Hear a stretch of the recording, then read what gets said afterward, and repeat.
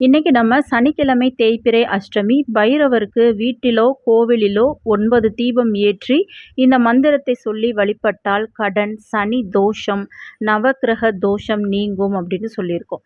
காலச்சக்கரத்தின் கடவுள் காலபைரவர் அப்படின்றது நம்ம எல்லாருக்குமே தெரியும். நம்ம வாழ்க்கையில எந்த மாதிரியான பிரச்சனைகள், கஷ்டங்கள் இருந்தாலும், நீங்க ஒவ்வொரு அஷ்டமிக்கும் காலபைரவரை தொடர்ந்து வணங்கும் பொழுது, உங்க வாழ்க்கையில வரக்கூடிய பிரச்சனைகள் அனைத்தும் காணாமல் போவதை நீங்களே உணர முடியும்.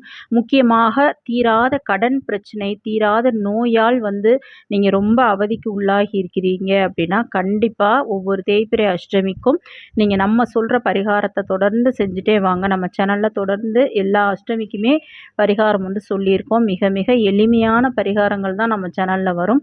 அந்த வகையில இந்த சனிக்கிழமை வரக்கூடிய தேய்பிறை அஷ்டமி ரொம்பவே சிறப்பு.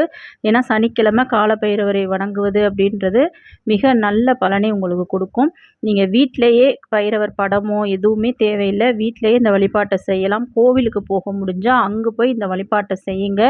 அந்த சனி பகவானால் ஏற்படக்கூடிய தொந்தரவுகள், நவ கிரகத்தால் இருக்கக்கூடிய தோஷங்கள், கடன் பிரச்சனைகள், இந்த மாதிரி உங்கள் வாழ்க்கையில் இருக்கக்கூடிய அனைத்து கஷ்டங்களுக்கும் விடிவு காலத்தை தருவார் காலபைரவர்.